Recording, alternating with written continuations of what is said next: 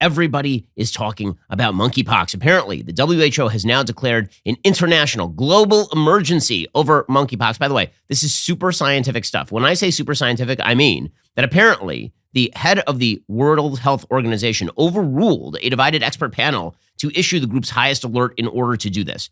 Okay, so that right there tells you that this is not actually a scientific question. It is a political question because, again, the panel of the WHO was like, not a global health emergency. And because it's gotten so much media attention, Dr. Tedros Adhanom Ghebreyesus, the WHO's Director General, overruled that panel. He said that this was instead a public health emergency of international concern, a designation the WHO currently uses to describe two other diseases, COVID-19 and polio. Well, you may have noticed that COVID-19 hit like pretty much everybody on Earth, and polio is widely transmissible outside of people having sex with each other. Okay, this particular disease, as we'll discuss in just 1 second, seems to be transmitted almost entirely by men having sex with men. Dr. Tedros said, "We have an outbreak that has spread around the world rapidly through new modes of transmission, about which we understand too little, and which meets the criteria for a public health emergency." Well, we actually do understand the mode of transmission. It turns out via penis. It was apparently the first time the Director General had sidestepped his advisors to declare an emergency. The WHO's declaration signals a public health risk requiring a coordinated international response. The designation can lead to member countries to invest significant resources in controlling an outbreak, draw more funding to the response, and encourage nations to share vaccines, treatments, and other key resources for containing the outbreak. Now, of course, there is a vaccine for monkeypox, but the FDA in the United States totally held up the development of enough vaccine until it was too late. Like, they are just now getting through the process of approving the vaccine that should have been available for monkeypox because they had a vaccine. They basically allowed it to expire. All the vaccine got really old and therefore ineffective. And then the FDA didn't re-up on that. So well done once again, administrative state. This is the 7th public health emergency since 2007. COVID-19 was the most recent. Some global health experts have criticized the WHO's criteria for declaring such emergencies as opaque and inconsistent. Yeah, you would think. I mean, again, monkeypox is not exactly on the level of COVID-19. So far, the number of people who have died of monkeypox globally, 5. 5 people have died globally from monkeypox, which does not sound like a global health emergency to me. That sounds like a bad weekend in Chicago. Monkeypox has been a concern for years, according to the New York Times. In some African countries, in recent weeks, the virus has spread worldwide. Some 75 countries have reported at least 16,000 cases so far. Nearly all the infections outside Africa have occurred among men who have sex with men. This isn't me just saying this. This is the New York Times saying this. The outbreak has galvanized many in the LGBT community who have charged that monkeypox has not received the attention it deserves, as happened in the early days of the HIV epidemic. Well, I mean, I feel like it's getting a bleep load of attention, don't you? I mean, you heard about monkeypox. And also, it seems as though the media are really going out of their way to pretend that this thing could affect pretty much anybody on Earth. In the early days of HIV, that was not the case. So when it came to HIV, the early days of HIV, the media basically suggested correctly that it was between homosexual men that HIV was being transmitted, which was largely true. Then there was a harsh media push to the other side. Anyone could get HIV at any time, men having sex with women, women having sex with women. This sexually transmitted disease was going to be widely spread throughout human society. And it turns out that statistically speaking, that was not true. Well, now with monkeypox, they're just starting from step 2. They're just going right to anybody can get monkeypox at any time, even though we now know that virtually everyone who's getting monkeypox is a man having sex with another man. The WHO's declaration is better late than never, said Dr. Baghuma Titanji, an infectious diseases physician at Emory University in Atlanta. But with the delay, one can argue that the response globally has continued to suffer from lack of coordination.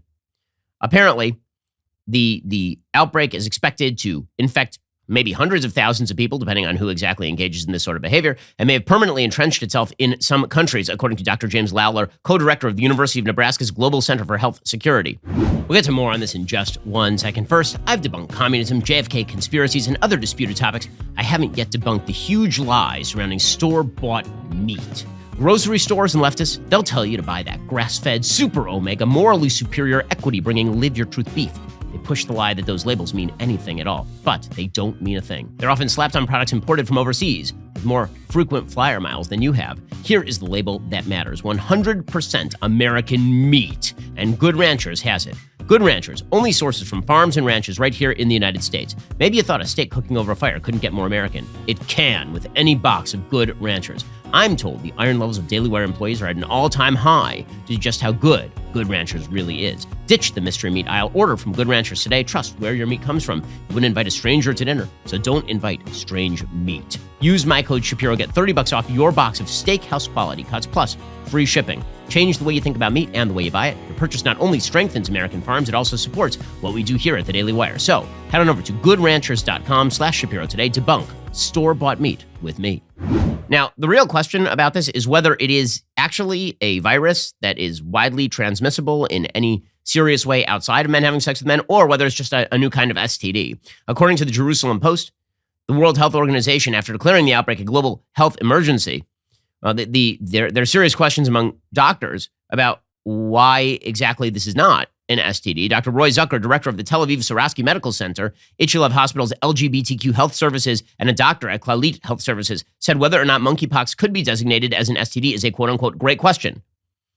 He said, we know from past data the virus can be spread by being in the presence of someone who's infected for a long time, say for 3 hours at a distance of 2 meters or so, or by simply coming into physical contact with them. But what we're seeing across the world and in Israel is that most of the patients were infected via sexual activity. The WHO also said the same, so it appears as though this disease is transmitted sexually, and so we can begin to refer to it as another STD. But of course, everyone is afraid of calling it an STD because then, of course, they're afraid of the stigma that might attach to homosexual sex, which there must never be any stigmas with regard to any sexual activity, let alone homosexual sex, no matter the levels of transmission of STDs, which differ widely based on the kind of sex that people are having and with whom they are having that sex.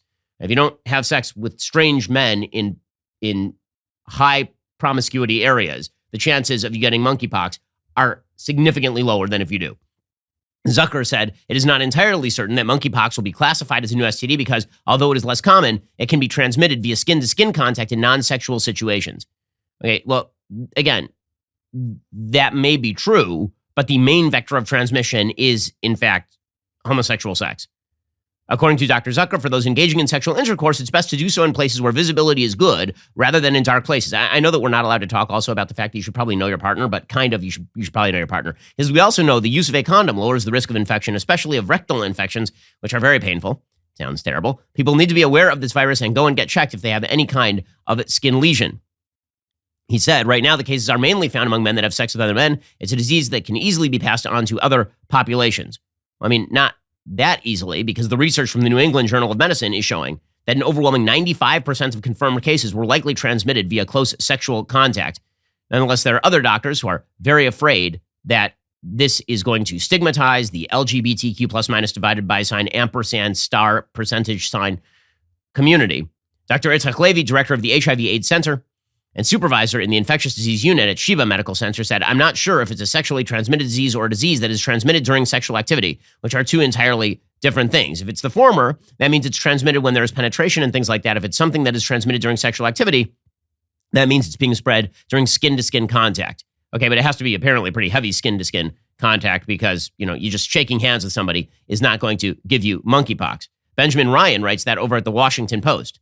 He says, quote, countless public health experts have uttered statements like this one, anyone can get monkeypox, in the past 2 months. Members of the media and politicians have parroted the message ad nauseum without stopping to dissect what it implies or obscures. This broad strokes maxim that everyone on Earth is susceptible to this troubling infection might be factual on its surface. It is so egregiously misleading it amounts to misinformation. But this, by the way, is typical of the health community. And what we have seen in the past several years is that the health community is willing to lie to you. They love the platonic lie. It is their favorite. It is where they get to tell you that you are at tremendous risk of dying from X, Y, or Z, and thus you must do exactly what they say. If you don't shut down the schools, your kid is going to die of COVID, even though the number of kids who died of COVID is exorbitantly low. Everybody is at risk of dying of COVID-19. Even if you're a young, healthy 20-year-old, you must get 20 times vaxxed because, after all, you could die of COVID. And I mean, technically, you could die of COVID. The chances are just extremely, extremely low. But what they do is they tell this platonic lie so as to get everybody to take the vaccine, supposedly to end infection, which it didn't end up doing. I hope you enjoyed that clip from The Ben Shapiro Show. If you did, go ahead and hit that subscribe button so you stay up to date with all our future content.